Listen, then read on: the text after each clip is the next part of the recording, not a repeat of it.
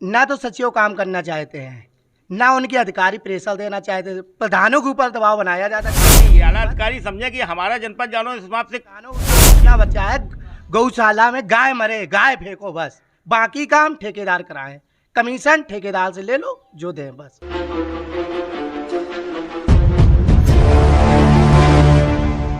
नमस्कार।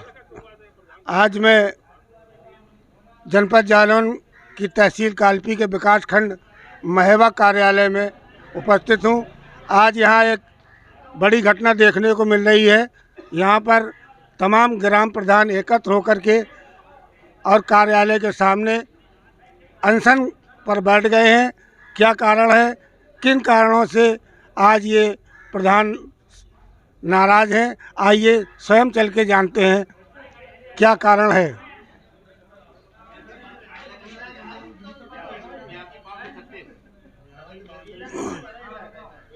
हमारे साथ है महेवा विकास खंड में प्रधान संघ के अध्यक्ष रविंद्र सिंह चौहान गपोले, सिकरी प्रधान। आइए सबसे पहले इनसे ही जानते हैं। प्रधान जी, क्या कारण है आज आप लोगों को ये नौबत आ गई कि ब्लॉक में जहां आपको कुर्सी, क्या कोई मांगे है या कोई विरोध है, क्या कारण है?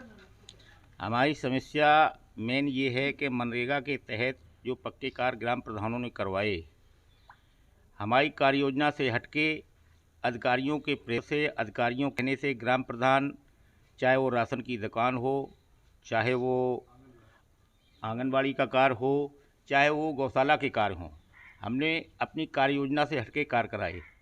उनके भुगतान 2 साल से अभी तक नहीं हुए। कल मनरेगा का जो पैसा आया है, हमारी हमारा विकास खंड ही नहीं, जनपद जालौन ही पूरे चपेट में है। उसमें सबसे लोअर कंडीशन में महेवा विकास खंड है, जिसका एक ही सिर्फ एफपीओ लगा है 2,40,000 का, जबकि महेवा की फीडिंग वर्तमान में 15 करोड़ की है। जब ग्राम प्रधानों को 2-2, 3-3 साल ग्राम प्रधान कहाँ से रुपया लाएगा? ये आला अधिकारियों को समझना चाहिए कि अगर जो भुगतान नहीं होगा तो काम का प्रेशर ना बनाए। सिर्फ इतनी मांग है कि पॉइंट कहाँ से चूक हो रही है, अधिकारी कहाँ क्या कर रहे हैं, हमारा भुगतान क्यों नहीं हो पा रहा है, ये सबसे बड़ी समस्या हमारे लिए। और यही हमारी मांग है, हमारा 80 भुगतान करवाया जाए। आपका जैसे भुगतान नहीं हो रहा है तो इसका अधिकारियों ने कोई कारण बताया होगा कि किस कारण से आपका भुगतान नहीं हो रहा? कोई भी अधिकारी इस चीज़ को कहने, कोई भी अधिकारी, अभी तो जब मैं धरने पे बैठा हूँ, फ़ोन से मेरी वार्ता हुई, कल भी मेरी वार्ता हुई, किसी भी अधिकारी ने अपने ऊपर ये सब लेना नहीं किया कि ये सब ऑनलाइन प्रक्रिया है। जब साइट खुलती है तो पैसा पूरे प्रदेश को दिया जाता है। 450 करोड़ रुपया दिया गया। जब हमारी साइट खुली जनपद जालौन की तो वो 12:30 बजे खुली, जबकि साइट खुल गई थी 12 बजे। हमारी जनपद जालौन की साइट खुली 12:30 बजे। जब 12:30 बजे साइट खुली, उस पीएम करोड़ रुपया तो साइट खुलने से आधा घंटा पहले तो 100 करोड़ रुपया आवंटन हो गया अन्य जिलों में, जनपद जालौन पीछे रह गया।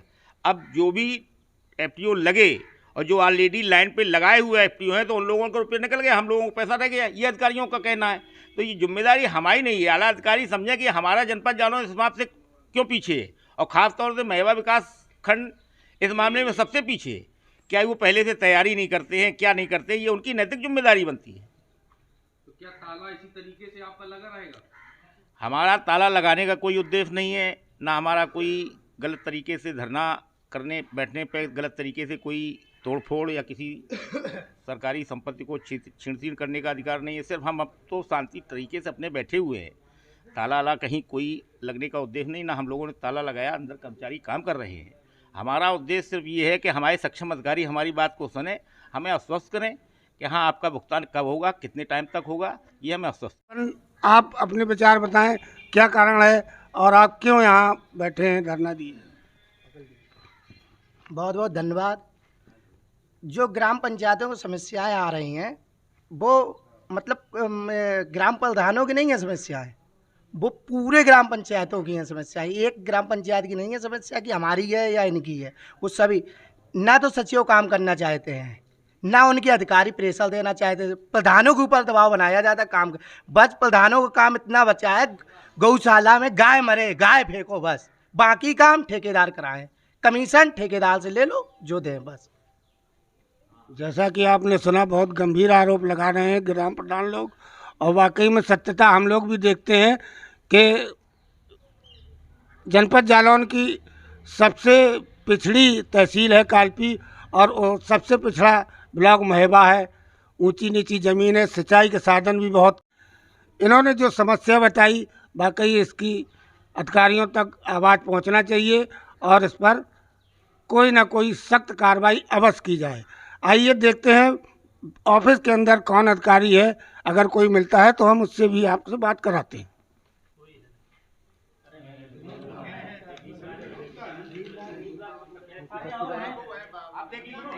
आइए आइए, ताला खुला है।